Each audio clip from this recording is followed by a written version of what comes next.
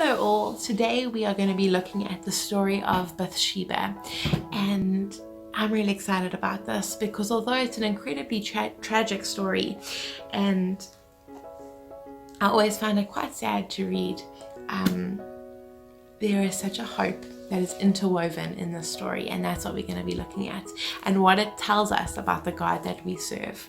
So her story begins in 2 Samuel 11. And she is taking a ceremonial cleansing bath, and David looks upon her and sees a beautiful woman and he lusts over her. And although she is the wife of one of his great warriors, Uriah, he calls her into his palace and he sleeps with her. And it's not a consensual affair, but rather she has no choice in the matter. He is the king and she does as he wants. She then falls pregnant. David tries to cover up his sin and murders her husband, and she mourns for her husband. She then mourns for her firstborn child, which dies.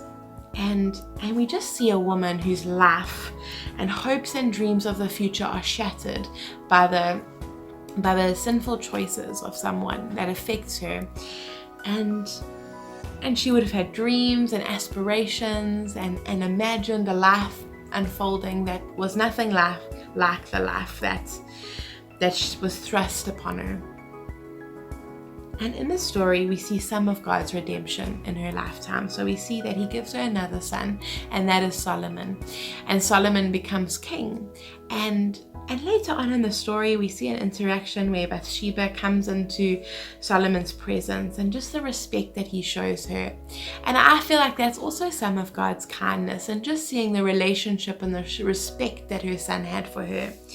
And as a mum, that's a great gift. When our children honor and respect us, it's really a beautiful gift from God. But not all of her inheritance was seen in her lifetime.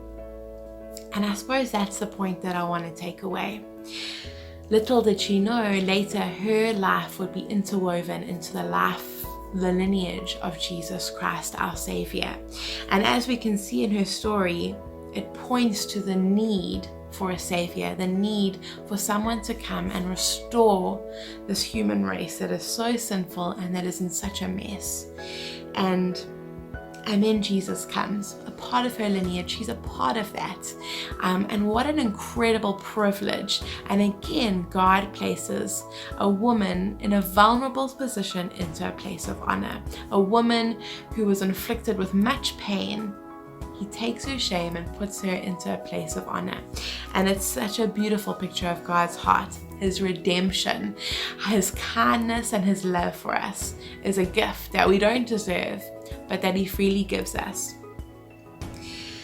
I want to chat about a long-term vision and living with a greater vision in mind, because she didn't know that she was going to be interwoven into the lineage of Jesus Christ. And the same is for us.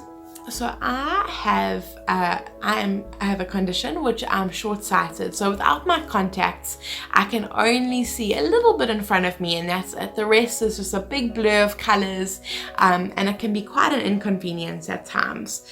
Thankfully, someone very clever invented contacts, and with them I can see perfectly, and my vision is great, and I can see far into the future. And that's the point that I want to bring across, is that let us not be a people that live with short-sighted vision, just for the now.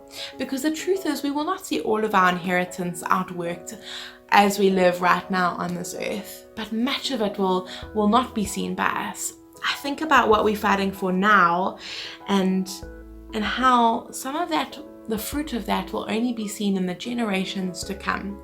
My great-great-great-great-great-grandchildren perhaps will only start to see the fruit of something that I'm fighting for now.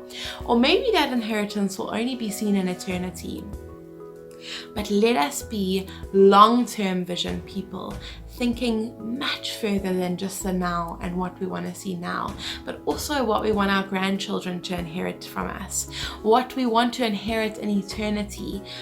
Our actions are far-reaching, and I think that if we can live with this great vision in mind, we will live differently and in a powerful way.